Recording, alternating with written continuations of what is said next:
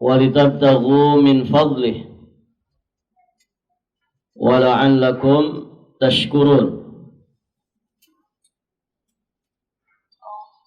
Wa sakhkhara lakum ma fis samawati wa ma fil ardi jami'an min inna fi dzalika la ayatin liqaumin yatafakkarun. Allah berfirman yang artinya,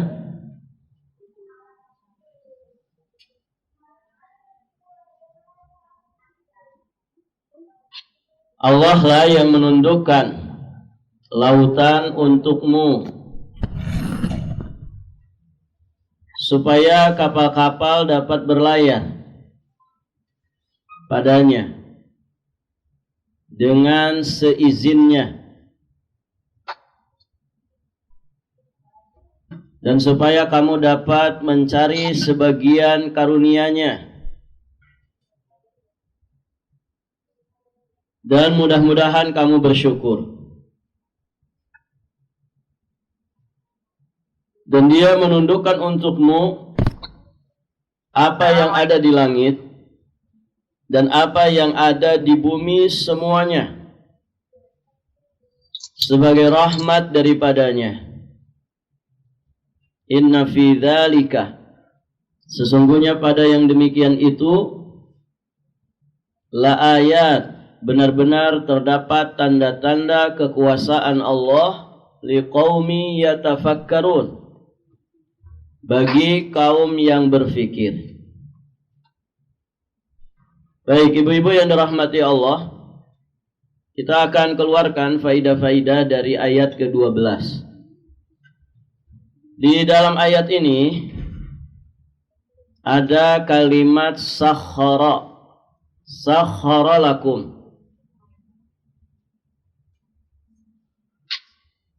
Para ulama menjelaskan bahwa kalimat sakhara yang dalam bahasa kita diterjemahkan dengan menundukkan. Kalimat sakhara ini dengan segala bentuknya terkadang datang dalam Al-Quran dalam bentuk fi'il madhi, terkadang datang dalam bentuk masdar, at-taskhir. Kalau fi'il madhi sakhara, berarti masdarnya sakhara yusakhiru taskhiran, at-taskhir. Kadang datang dengan isim maf'ul, musakharatim, musakharat. Nah, kalimat sakhara dengan beragam bentuknya datang dalam Al-Quran sebanyak 27 kali penyebutan. Berarti sering sekali Allah Subhanahu wa Ta'ala mengungkapkan kalimat ini di dalam Al-Quran. Lantas apa yang dimaksud dengan sakhara? Apa makna dari kalimat at-taskhir? Disebutkan oleh para ulama, at-taskhiru tadlilu syai' lighardil mukhtassi bihi qahran. Yang namanya taskhir atau sakhara adalah tadlil, memberdayakan atau menundukkan sesuatu, pemberdayaan sesuatu, lighardin, untuk sebuah tujuan yang khusus, untuk tujuan tertentu, qahran, secara paksa. Itu yang disebut dengan at-taskhir, sakhara. Dalam bahasa terjemah simpelnya menundukkan. Nah, di sini ada kalimat qahran, secara paksa. Maksudnya apa di sini?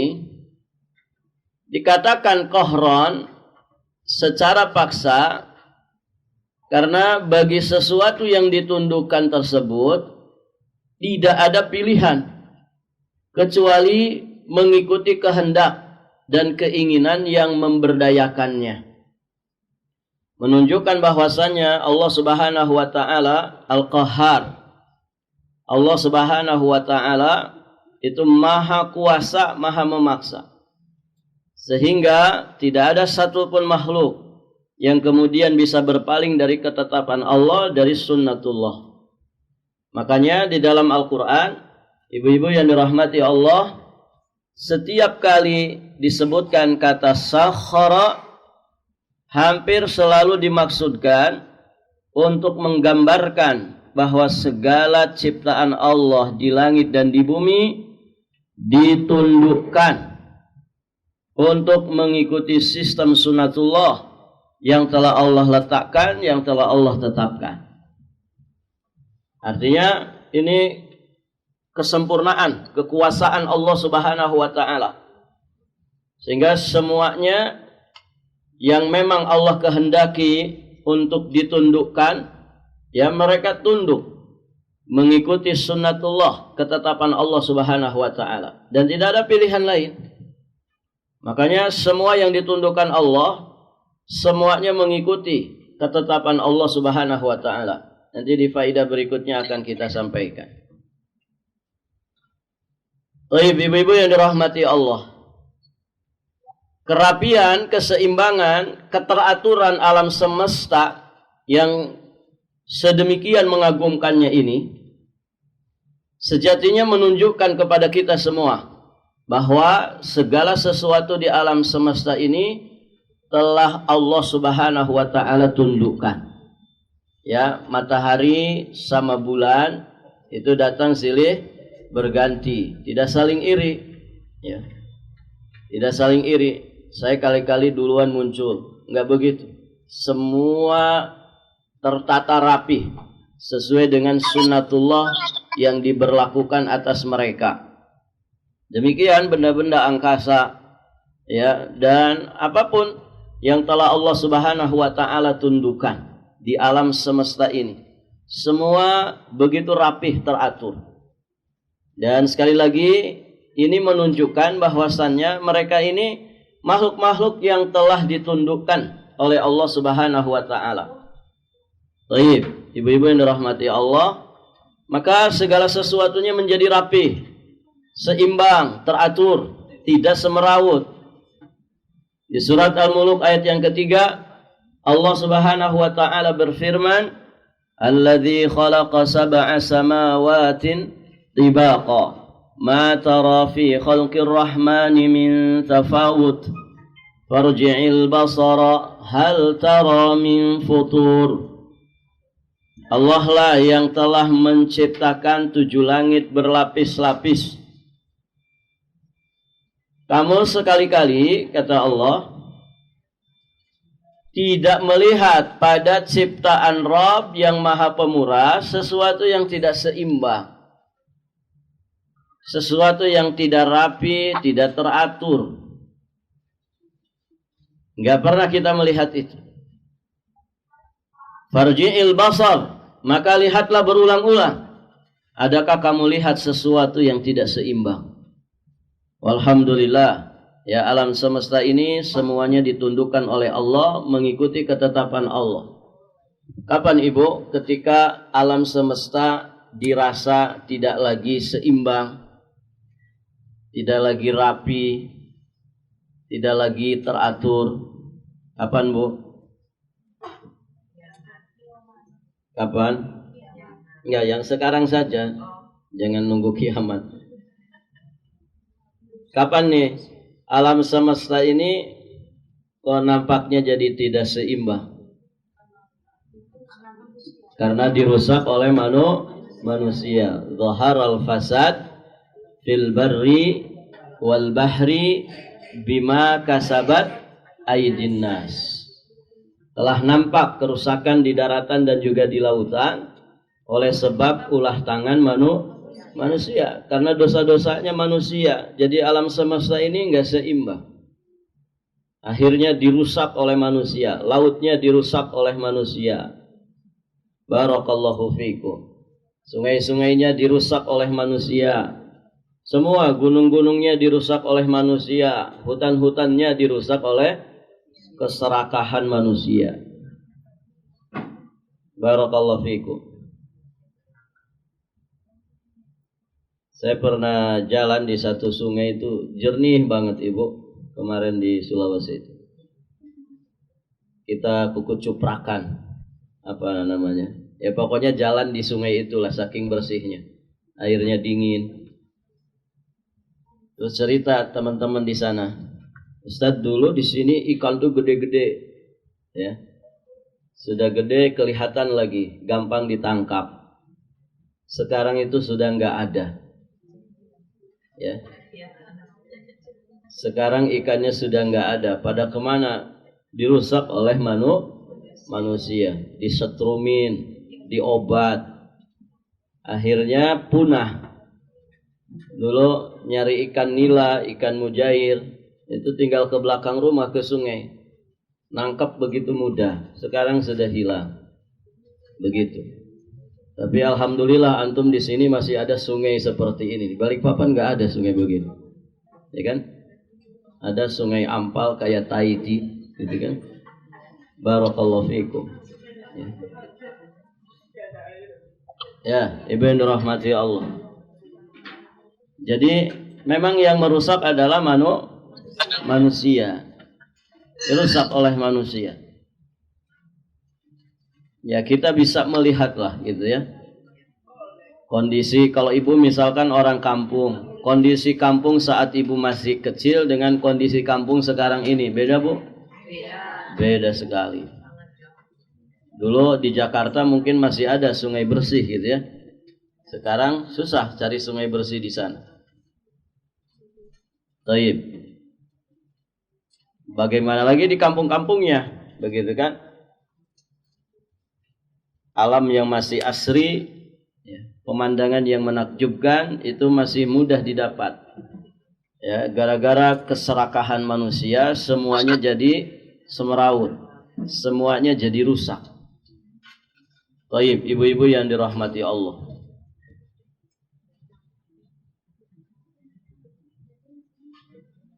Menjaga alam semesta ini amanah dari Allah. Amanah dari Allah. Ibu kalau bisa melakukan amal jariah dalam masalah ini bagus sekali. Salah satu di antara amal jariah itu apa Bu? Nanam pohon. Ya. Ibu, ada yang meneliti itu. Ternyata daun-daun di pohon itu mengeluarkan oksigen. Mengeluarkan oksigen itu dikasih mikroskop, dimasukin ke lab begitu ya, dikaji, diteliti, ternyata daun-daun yang kita mungkin melihat biasa saja, ternyata mengeluarkan oksigen. Bayangkan satu pohon itu ada berapa daun? Ada berapa daun? Kalau kemudian ya dikalkulasikan oksigen yang dihasilkan dari satu pohon, itu kemudian sampai kepada nilai jutaan rupiah.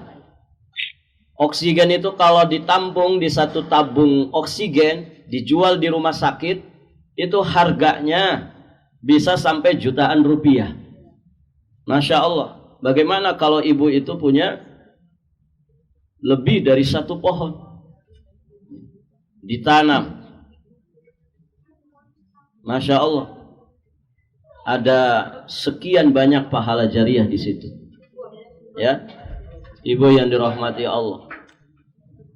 Jadi alam semesta ini harus dijaga, ya, harus dijaga keseimbangannya. Kalau orang membangun, jangan lupa pula dia menanam. Ya, menebang harus ada gantinya, menanam. Begitu ya. Manusia selalu bertambah jumlahnya. Maka pasti ada hutan-hutan yang kemudian ditebang jadi pemukiman. Nah, itu harus diganti. Harus diganti. Dengan apa? Diimbangi dengan menanam kembali pohon-pohon yang sekiranya bermanfaat. Baik, ibu-ibu yang dirahmati Allah. Nah, itu faidah yang kedua ya dari kata sakhara atau at-tashhir. Faidah ketiga, Kita bahas ayat ini, Allahul ladzi sakhkhara lakumul bahra litajriyal fulku fihi bi amrih wa litabtaghu min fadlih wa la'allakum tashkurun. Dalam ayat ini Allah Subhanahu wa taala menyebutkan kenikmatan-kenikmatan yang telah Dia berikan kepada para hamba-Nya. Ada 3 kenikmatan yang Allah sebutkan di dalam ayat ini. Pertama, Allah telah menundukkan lautan bagi manusia. Allah telah menundukkan lautan bagi manusia. Dan banyak lagi yang Allah sudah tundukkan bagi manusia dari alam semesta ini. Hal ini menunjukkan kemahakuasaan Allah yang sempurna dan tiada bandingannya. Nah, lautan yang ditundukkan oleh Allah bagi manusia ini supaya dimanfaatkan oleh manusia untuk kepentingan dan pemenuhan kebutuhan mereka, sehingga mereka dapat beribadah kepada Allah Subhanahu wa taala dengan sebaik-baiknya. Masya Allah.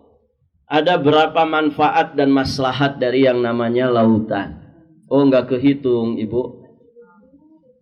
Nelayan dari zaman dulu sampai sekarang, alhamdulillah tidak kehabisan ikan. Tidak kehabisan ikan.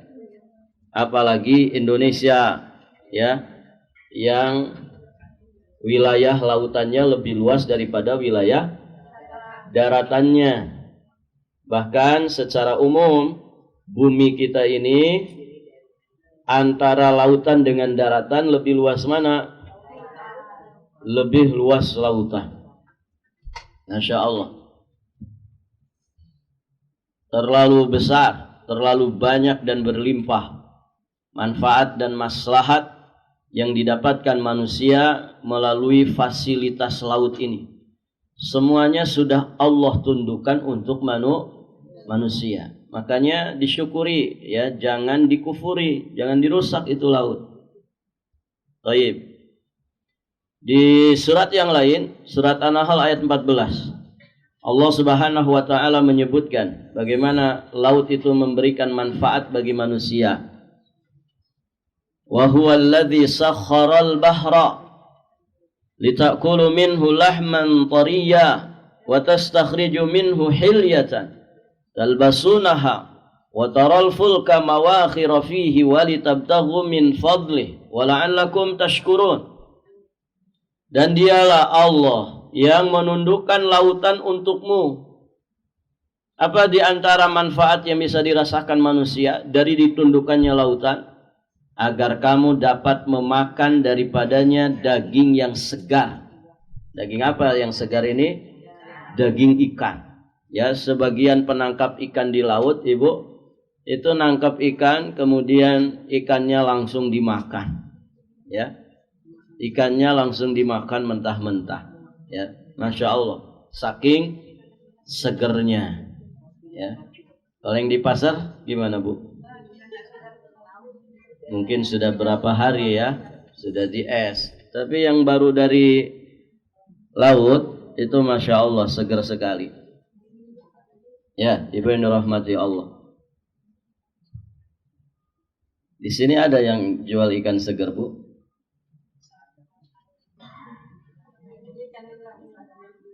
Enggak, ikan laut yang segar. Kemarin saya di Sulawesi itu ada satu kawasan. Itu nelayannya jalannya persis di pinggir laut. Kalau di kita ini kayak Melawai begitu. Jadi jalanan, kemudian pinggirnya langsung laut. Itu nelayan yang baru datang, perahunya nyandar, ya. Itu langsung dijajakkan di pinggir jalan. Seger banget. Masya Allah, Ibu. Ini pemandangan seperti ini nggak kita temukan di sini. Seger banget. Taib. Nah, ini Allah sudah mengatakan litakulu minhu lahman tariyya. Ya, supaya kalian dapat memakan daripadanya daging yang segar, ikan-ikan yang segar. Dan beda rasanya, Ibu. Daging ikan yang segar ya baru diangkat ya dari laut, dengan yang sudah di es 7 hari, 8 hari, oh itu beda banget. Beda sekali rasanya. Tidak hanya itu, wa tastakhriju minhu hilyatan talbasunaha. Dan kamu mengeluarkan dari lautan itu perhiasan yang kamu dapat pakai. Apa maksudnya ini, Bu? Yang perhiasan yang dari laut itu apa namanya? Mutiara. Mutiara. Itu diambil dari apa? Diambil dari apa, Bu? Kerang. Dari kerang. Ada yang pernah dapat? Di kita banyak juga kerang ya, cuman nggak ada mutiara. Itu kerangnya kerang-kerang jenis tertentu ya. Hanya tukang yang memburunya yang tahu. Baik, ibu-ibu yang dirahmati Allah. Kalau nggak salah itu di dasar lautan kerang-kerangnya itu.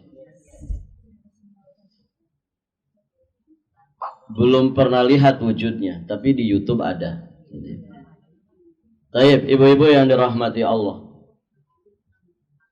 Itu manfaat dari lautan. Kita bisa mengeluarkan dari lautan itu perhiasan yang kamu pakai. Nah, itulah yang namanya mutiara. Baik, ibu-ibu yang dirahmati Allah. Mahal enggak harganya mutiara itu? Kalau mutiara yang di es, insya Allah murah itu. Ini mutiara lautan. Ini mahal. Baik, ibu yang dirahmati Allah. Kemudian wataral fulka mawakhira fihi, dan kamu melihat bahtera berlayar padanya. Masya Allah, ini indah sekali, ibu. Ada berapa jenis bahtera yang bisa mengapung ya di lautan? Ya, dengan beragam macam bentuknya, dengan alat-alat yang berbeda-beda. Ada yang cuma pakai layar, nggak pakai mesin. Ada yang pakai mesin.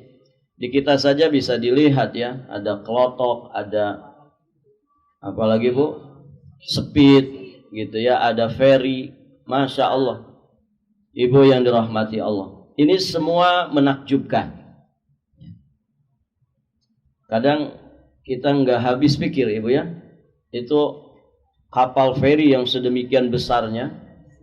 Mobil Fuso itu bisa puluhan, bahkan mungkin bisa hitungan ratusan. Saya pernah naik itu feri yang besar Surabaya itu.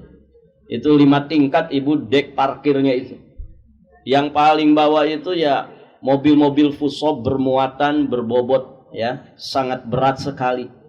Itu puluhan, mungkin bisa sampai menyentuh angka 100 lebih. 5 dek, bayangin 5 tingkat. Belum orangnya, belum manusianya. Terangkut semua ya. Terangkut semua. Masya Allah.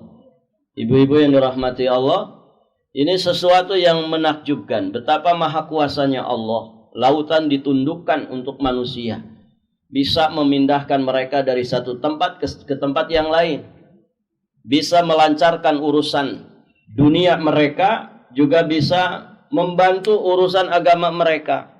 Zaman dulu, ibu yang dirahmati Allah, berangkat haji pakai kapal laut.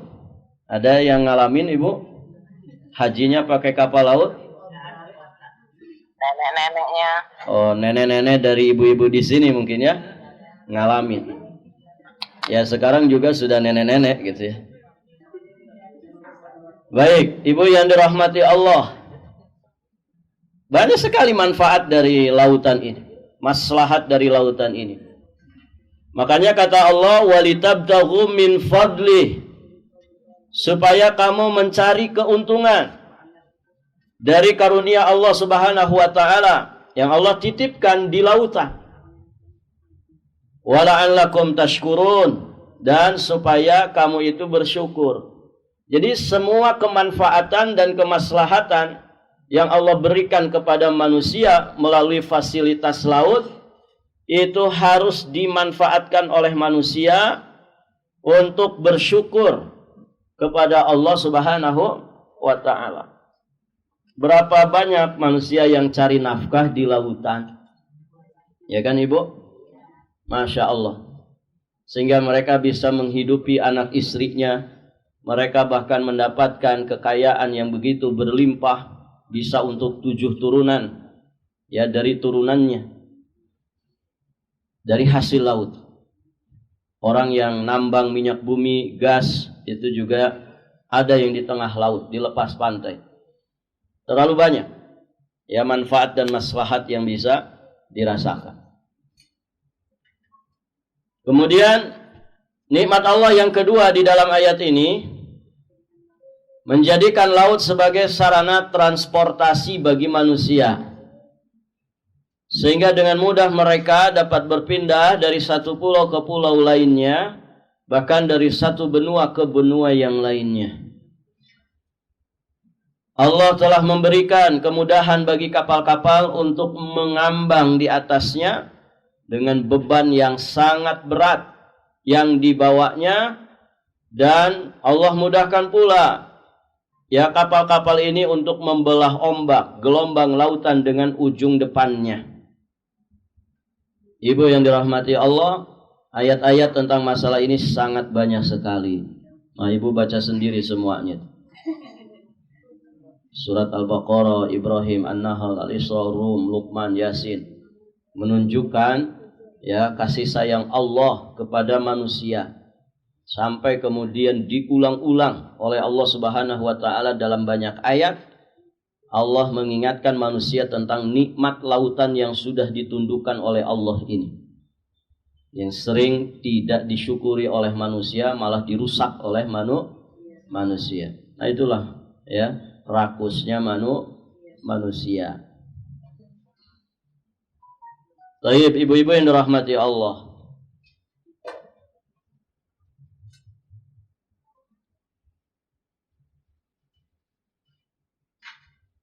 Yang ketiga, nikmat Allah yang ketiga di dalam ayat ini, kemudahan yang Allah telah berikan kepada manusia untuk mencari karunia-Nya dengan fasilitas yang sudah Allah berikan kepada mereka.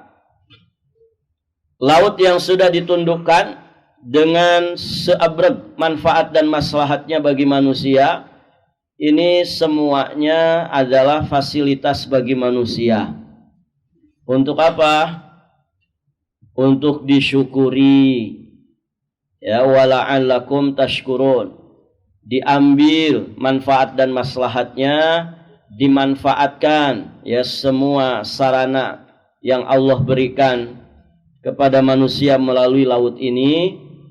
Fasilitas ini mestinya diambil oleh manusia, dimanfaatkan dengan sebaik-baiknya untuk mereka beribadah kepada Allah Subhanahu wa taala. Baik, ibu-ibu yang dirahmati Allah.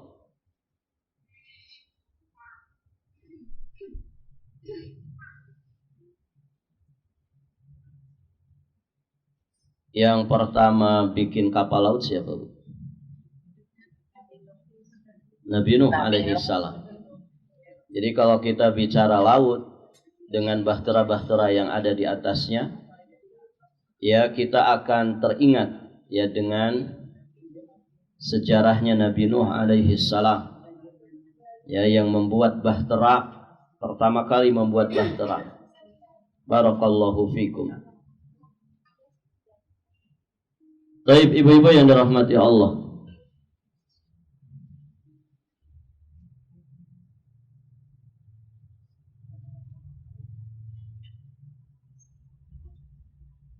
Dari ayat ini kita juga bisa memahami bahwasannya segala sesuatu itu terjadi dengan izin Allah. Banyak sekali Allah menegaskan tentang masalah ini, bahwa segala sesuatu terjadi dengan izin Allah. Dan izin Allah itu ada dua, ada izin kauni, ada izin syar'i. Penjelasannya sama dengan pembahasan masyiatullah. Masyiah Allah itu, kehendak Allah juga ada dua, ada kauni, ada syar'i. Saya kasih contoh, ibu. Setan itu ada? Setan ada nggak, ibu? Ada. keberadaan setan tuh diizinkan Allah nggak? Asli diizinkan.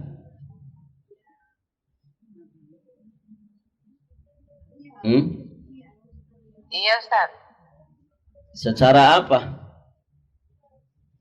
Izin syar'i atau izin kauni? Kauni, Ustaz ya. Secara kauni. Secara kauni diizinkan tuh ada. Setan tuh ada. Berarti sesuatu yang ada semua dengan izin Allah. Tapi secara syar'i Allah tidak izin. Secara syariat Allah tidak izinkan setan itu menyimpang, punya profesi menyesatkan manusia. Allah tidak izinkan. Secara syariat Allah tidak izinkan, makanya dilaknat. Tapi secara kauni, hukum alamnya terjadi, ada, maka diizinkan oleh syariat. Dosa dan maksiat yang terjadi di tengah-tengah manusia diizinkan oleh Allah? Diizinkan secara kauni. Karena nggak mungkin ada yang terjadi tanpa izin Allah. Apakah secara syariat Allah mengizinkan? Tidak. Secara syariat Allah hanya mengarahkan manusia untuk berbuat kebaikan, menjauhkan diri, menyelamatkan diri dari dosa dan maksiat. Begitu. Barakallahu fikum. Nah, demikian ibu-ibu yang dirahmati Allah. Simpelnya gini, kalau izin kauni itu dengan izin syar'i itu terkait dengan cinta dan tidak. Kalau izin kauni tidak identik dengan cinta Allah, walaupun sudah terjadi. Tapi kalau izin syar'i itu berkaitan dengan cinta Allah. Begitu.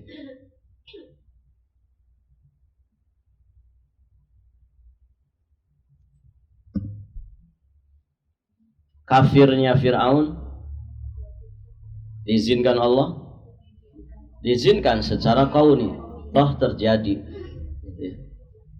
Secara syar'i tidak. Allah justru menginginkan Fir'aun itu menjadi muslim, mukmin. Dan tidak sekedar kehendak, tidak sekedar keinginan.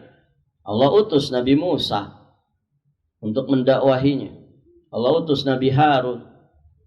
Allah turunkan Taurat kepada Nabi Musa, ya, sebagai bekal dakwah. Salah satu yang didakwahinya adalah Fir'aun ini. Itu kasih sayang Allah yang menghendaki, menginginkan Fir'aun itu beriman. Tapi Fir'aun memilih kekufuran. Maka dia diazab dengan itu.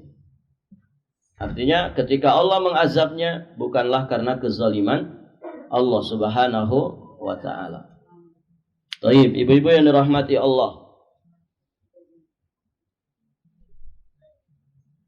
Itu ya tentang izin Allah, ada izin kauni, ada izin syar'i. Penjelasannya sama dengan penjelasan masyiatullah, kehendak Allah. Kemudian pelajaran yang kelima dari ayat ke-12, wala'allakum tashkurun. Ini poin pelajaran yang juga sangat penting.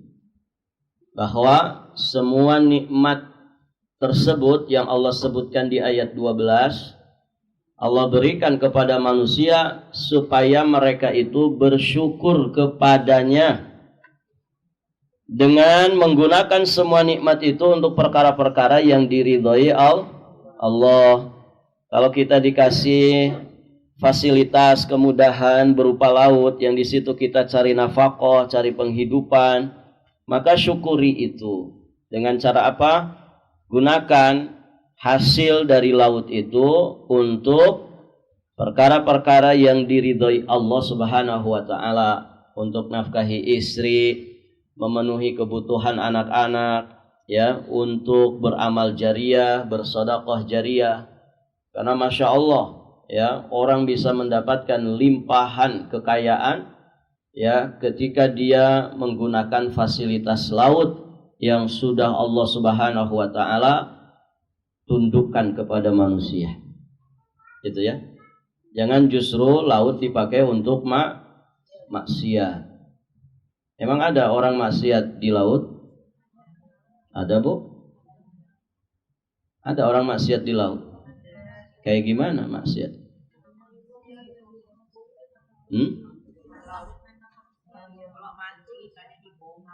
Nah, merusak ekosistem laut, dibom, ya akhirnya ya rusak karang-karangnya, rumput-rumput lautnya, semua rusak ekosistemnya. Apalagi banyak sekali keserakahan manusia, tabdzirnya manusia di laut. Iya, mengotori laut dengan membuang sampah ke laut. Itu termasuk ya maksiat berkaitan dengan laut. Tidak usah jauh-jauh, laut sekitar kita saja, sok lihat. Ibu kalau sengaja mengutin sampah di laut, kayaknya bisa dapat 3 Toronton itu. Ya, banyaknya sampah di lautan. Belum lagi yang maksiat, melakukan dosa-dosa besar. Ya, orang kong-kalingkong di tengah laut, begitu ya. Batu bara misalkan sedang berlayar di tengah laut, begitu ya. Kemudian akhirnya dipindahkan, dicuri, dibajak, begitu ya. Belum yang mabok-mabokannya di kapal pesiar, belum yang dugemnya, belum yang zinahnya, ya, keliling lautan hanya untuk bermaksiat, menghambur-hamburkan harta. Nas'alullah al-afwa wal-afiyah wassalamah. Orang seperti itu harusnya takut kepada Allah. Taib. Ibu-ibu yang dirahmati Allah. Nah, ini gambaran orang-orang yang tidak mensyukuri nikmat laut. Taib, ibu yang dirahmati Allah.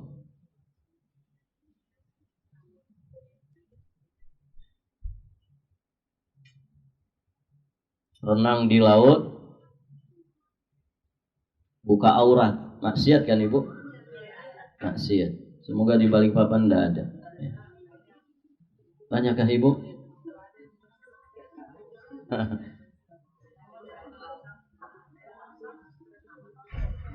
Ya, kalaupun ada tidak sebanyak di pulau yang lain, gitu ya. Nah, itu. Baik, ibu yang dirahmati Allah. Kita lanjut ayat ke-13. Wa sakhkhara lakum ma fis samawati wa ma fil ardi jami'an min inna fi dzalika laayatil liqaumin yatafakkarun. Dan dia menundukkan untukmu apa yang ada di langit dan apa yang ada di bumi semuanya sebagai rahmat kasih sayang daripada Allah. Sesungguhnya pada yang demikian itu benar-benar terdapat tanda-tanda kekuasaan bagi kaum yang berfikir. Ini kelanjutan daripada ayat ke-12. Berarti nikmat yang keempat yang Allah sebutkan di sini. Apa itu? Ditundukkannya segala sesuatu yang ada di langit dan di bumi untuk memenuhi kebutuhan manusia dalam ketaatannya kepada Allah Subhanahu wa ta'ala. Masya Allah, ibu, yang sudah Allah tundukkan dari alam semesta ini banyak sekali. Ini ayat umumnya ada di ayat 13 ini. Ya, semua yang ada di langit, semua yang ada di bumi sudah ditundukkan oleh Allah Subhanahu wa ta'ala. Kalau dirincikan, maka awan-awan ditundukkan oleh Allah. Bisa lihat ayatnya. Kapal bahtera ditundukkan oleh Allah Subhanahu wa ta'ala. Makanya doa naik kendaraan apa, Bu? Nah, ada kalimat sakhkhara. Subhanalladzi sakhkhara lana hadza wa ma kunna lahu muqrinin. Ini kalimat sakhkhara ada di sini. Subhanalladzi, maha suci zat yang sakhkhara, telah menundukkan lana bagi kami hadza, kendaraan ini. Kendaraan apa itu? Kendaraan apapun, baik kendaraan darat mau bermesinkah atau hewan tunggangan atau yang tanpa mesin, sama doanya semua. Demikian pula kendaraan laut, kemudian ada kendaraan udara.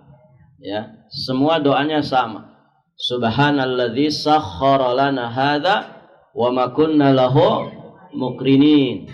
Wa ma kunna lahu muqrinin apa artinya? Apa Bu artinya?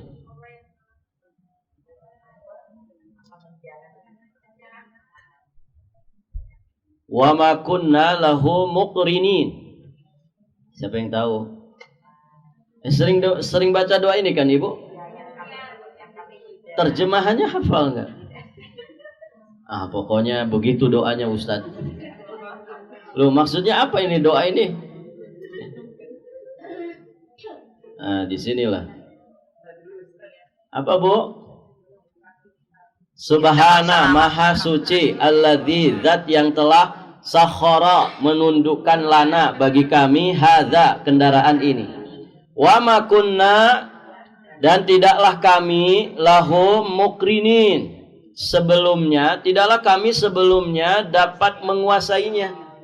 Jadi yang nundukkan ini siapa? Allah. Yang menjadikan kita bisa menguasai kendaraan ini siapa? Bukan kepintaran kita. Allah yang menundukkannya. Buktinya kalau Allah takdirkan celaka enggak Ibu? Celaka. Ya. Semua juga pernah mengalami kecelakaan. Kendaraan darat. Ada yang celaka Bu?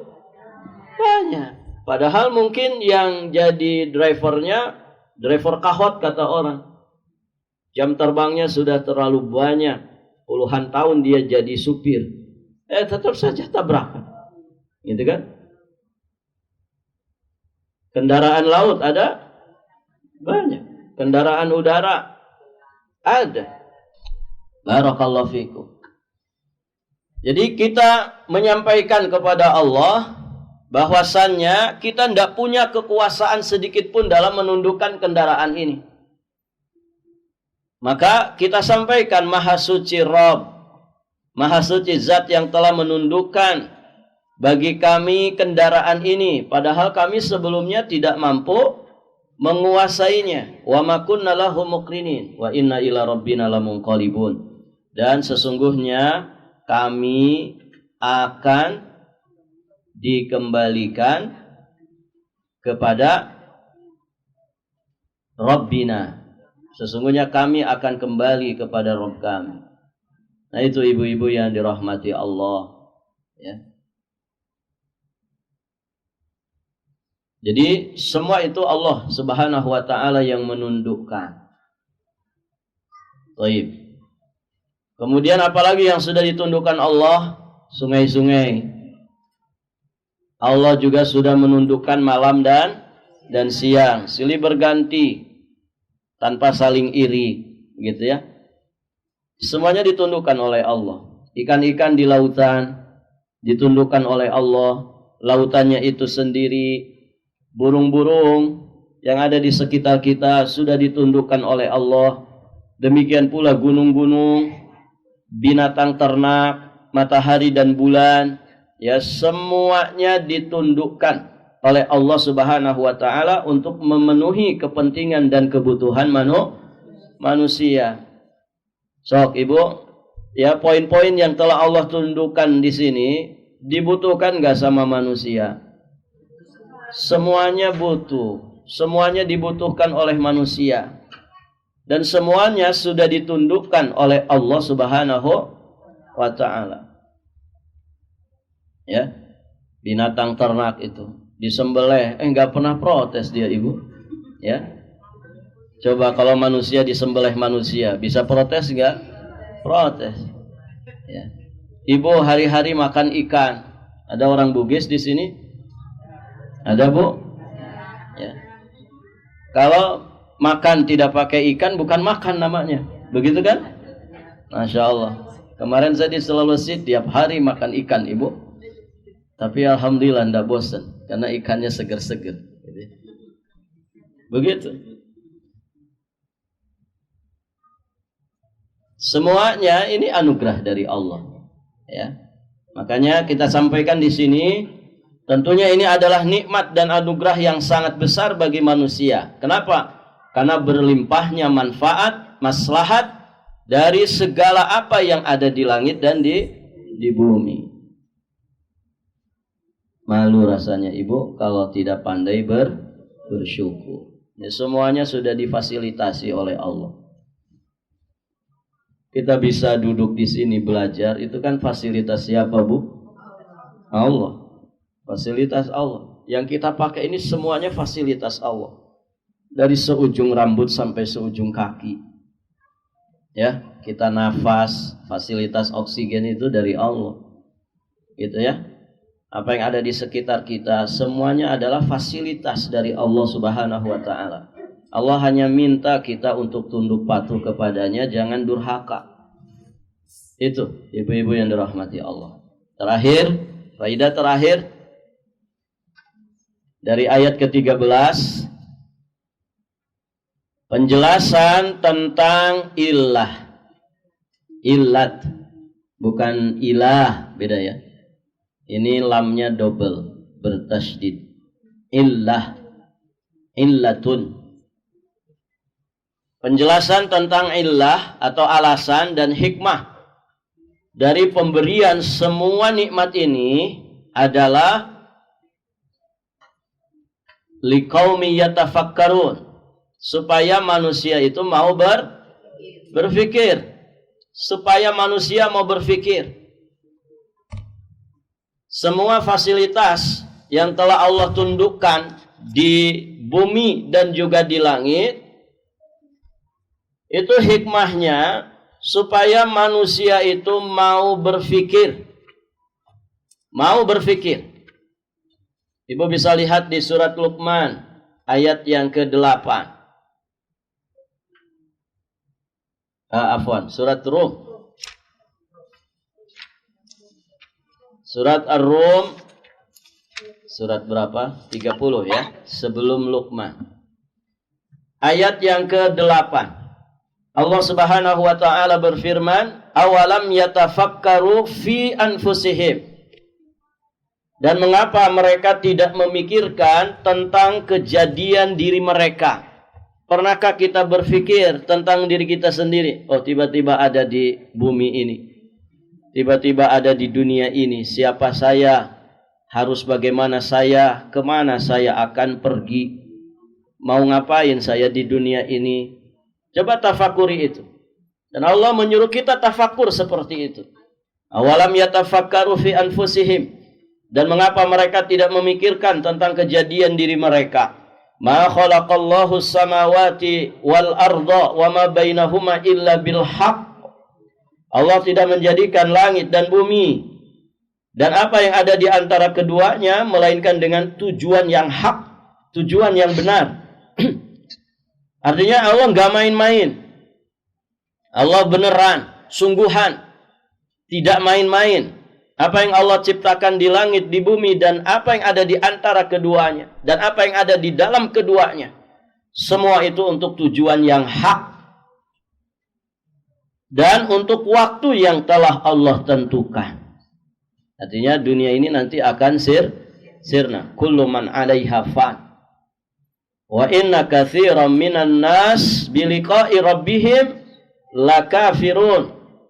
Dan sesungguhnya kebanyakan di antara manusia benar-benar ingkar akan pertemuan dengan Rabb-nya. Kenapa mereka ingkar? Ada mutafakur. Salah satu sababnya karena mereka tidak mau tafakur. Apa alat untuk tafakur, Ibu? Alat untuk tafakur itu apa? Ibu pada bisa berpikir? Sudah tua Ustadz, ya. Saya nggak mau berpikir keras, gitu ya. Soalnya sudah lembek, gitu ya. Begitu. Apa Bu alat untuk berpikir tuh? Otak. Otak, hati, jantung, atau akal? Hati. Yang mana nih? Hati. Akal. Ibu pernah berpikir, Bu?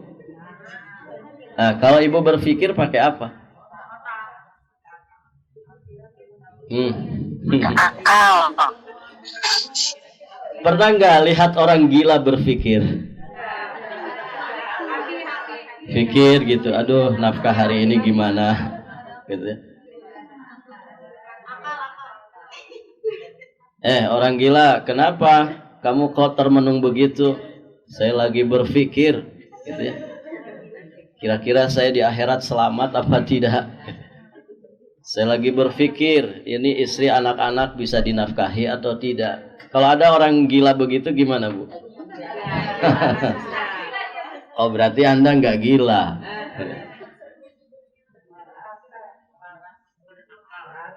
Iya, berarti alat untuk berpikir diantaranya adalah akal.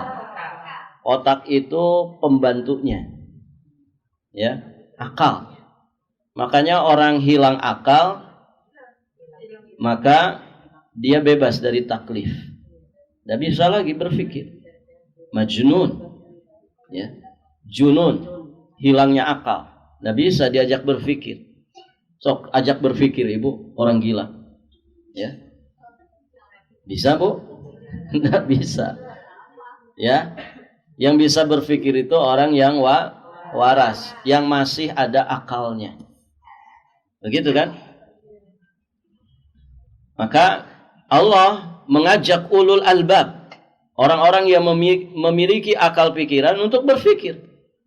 Tafakkurin. Awalam yatafakkaru. Mengapa mereka tidak memikirkan? Pikirkan.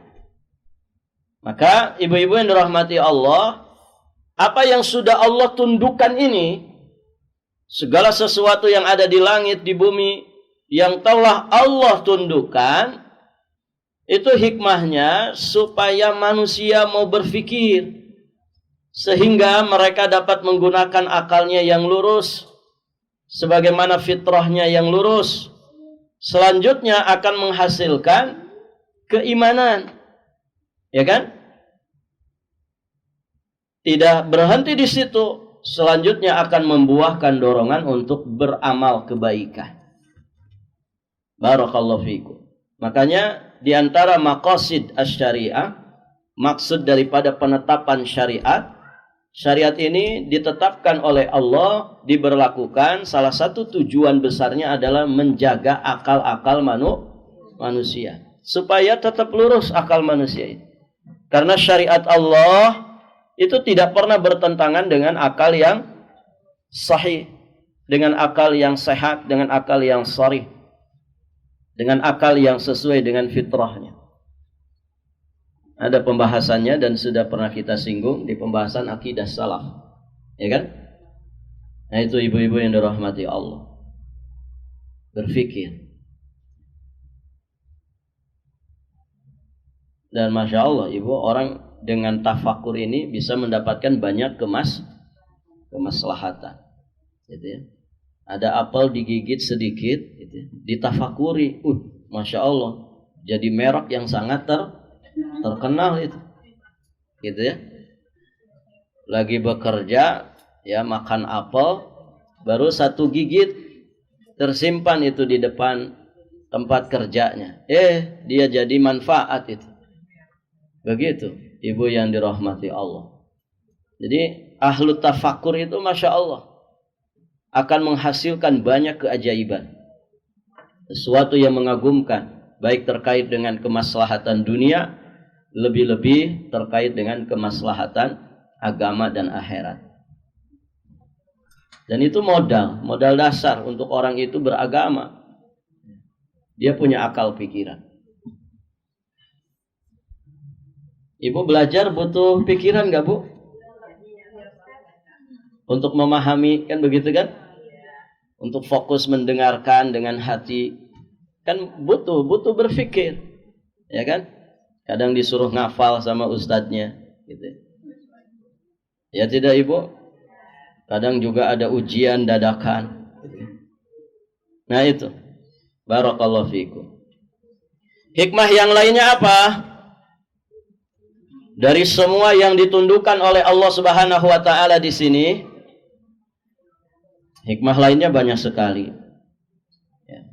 Dan itu juga terdapat di dalam ayat-ayat Al-Quran. Di antaranya apa? Supaya manusia lebih mengenal Allah dengan kesempurnaan kekuasaannya. Supaya manusia mengagungkan Allah.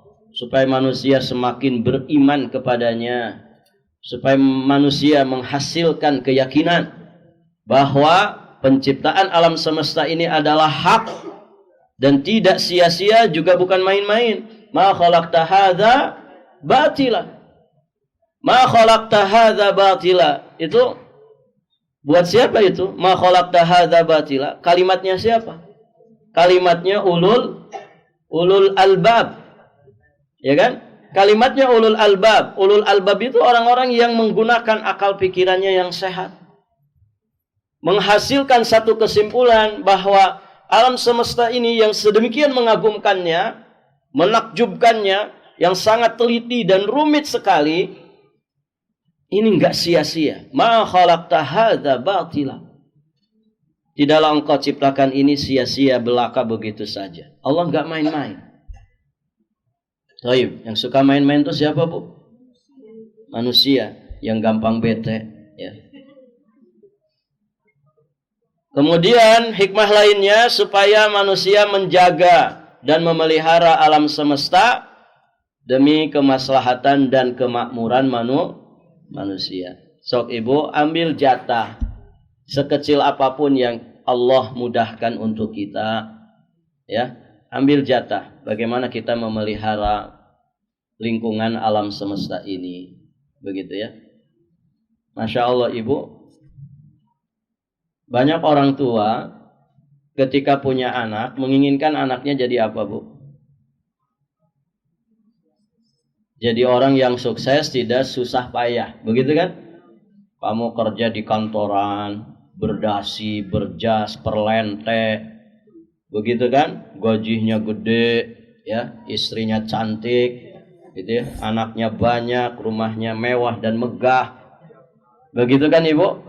Coba kalau anaknya jadi petani.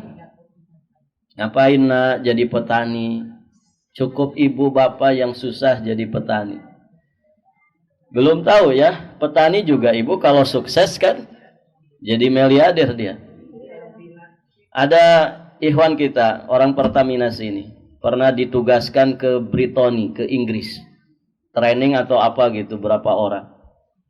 Dulu waktu saya masih di Istiqlal di sini. Pas pulang ceritaan. Ustadz di sana itu petani itu profesi bergengsi. Bergengsi ibu. Artinya kalau jadi petani itu gengsi banget. Gengsi itu maksudnya apa? Ya ini profesi yang bonafit begitu ya. Profesi yang bergengsi. Kenapa? Dengan teknologi yang modern. Itu kadang mereka tuh jadi petani ya sama keluarganya saja, sama istri anak-anaknya. Ngelola misalkan ada 10 hektar. Ya. Dan rata-rata orang kaya petani di sana. Masya Allah. Ibu yang dirahmati Allah. Di kita coba ibu kalau ada orang profesinya petani.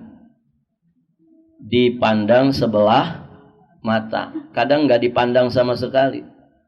Padahal loh ibu, Masya Allah. Petani itu kalau kemudian disyukuri, dinikmati, ditekuni, ya, Masya Allah, jadi petani itu bisa menghasilkan limpahan karunia Allah dari rezeki dunia. Ya, saya cerita lagi di Sulawesi kemarin. Ini saya sering ceritain karena paling berkesan ibu, ya. Kemarin seminggu di sana itu luar biasa. Saya sering kemana-mana, safari begitu ya. Hanya kemarin saja itu pas pulang itu kok ada kesan tersendiri gitu. Ya, sampai tidak terasa berjatuhan air mata gitu. Karena ada kesan yang begitu mendalam. Itu Masya Allah, ya sebagian ikhwah di sana, ya rata-rata kan petani cengkeh. Ada juga yang bertani jambu air, manisnya gedenya luar biasa. Itu ada teman cerita, Ustadz saya punya jambu ini satu pohon saja di depan rumah. Jambu citra apa namanya ibu, saya lupa. Oh banyak sekali jenisnya, manis-manis. Masya Allah, itu jambu itu satu pohon ibu di depan rumahnya. Kalau dikelola dengan baik, diperlakukan dengan baik, dikasih pupuk yang baik, dirawat, ketika pentilnya keluar segera dibungkus. Masya Allah ibu, itu sekali panen bisa menghasilkan 7 juta. Itu kan sekilonya 35.000 dijual di sana. Ya, jambu air aja itu. Satu pohon ketika panen itu omsetnya bisa sampai 7 juta. Ya. Itu satu pohon. Bagaimana kalau punya 100 pohon? Ya, ibu hitung saja. Masya Allah. Itu loh. Orang gak serius, cuman punya satu pohon di depan rumah, tapi dia rawat dengan baik. Menghasilkan. Bagaimana kalau dikelola dengan baik? Betul-betul bikin perkebunan. Punya 100 pohon saja. Per 3 bulan panen. Begitu ya. Kalau taruhlah dirata-ratakan 5 juta satu pohon. Per 3 bulan ada 100 pohon. 5 kali 100 berapa? Ini kita ambil bersihnya. Tadi kan 7 juta itu satu pohon bisa menghasilkan 7 juta. Berarti 500 juta bersih 3 bulan. Penghasilan 500 juta. Gede enggak ibu? Gede. Sampai cerita ikhwannya, Ustadz ini jambu air ini kalau ditanam di tanah-tanah bergambut kayak di Kalimantan itu cocok banget. Karena dia senang dengan limpahan air. Kandungan tanah yang banyak air. Itu Masya Allah. Ya, ibu yang dirahmati Allah. Sudah menghasilkan rezeki dunia, kita juga berkontribusi untuk apa? Untuk pemeliharaan alam semesta ini. Tadi saya sampaikan, satu daun itu menghasilkan oksigen. Bagaimana kalau ibu punya 100 pohon? Ada berapa oksigen? Yang satu pohonnya oksigennya kalau ditampung ke dalam tabung, dihargakan sebagaimana harga di rumah sakit itu jutaan rupiah. Masya Allah. Bagaimana kalau 100 pohon? Berapa oksigen yang kita sedekahkan untuk nafasnya manusia? Luar biasa ibu. Ya. Jadi jangan pernah meremehkan karunia dari Allah. Ya. Apapun yang ditekuni oleh manusia selama itu untuk kebaikan, ya dalam rangka untuk taat kepada Allah Subhanahu wa taala, wajib disyukuri. Dan kita sebagai saudaranya hendaknya mengapresiasi. Begitu ya. Barakallahu fiikum. Ibu yang dirahmati Allah, sampai di sini pelajaran kita. Insyaallah kita lanjutkan di kesempatan berikutnya. Allahu a'lam bissawab. Sampai di sini ibu-ibu kita akhiri dan kita tutup dengan doa kafarah majelis. Subhanakallahumma bihamdik asyhadu an la ilaha illa anta astaghfiruka wa atubu ilaik. Assalamualaikum warahmatullahi wabarakatuh.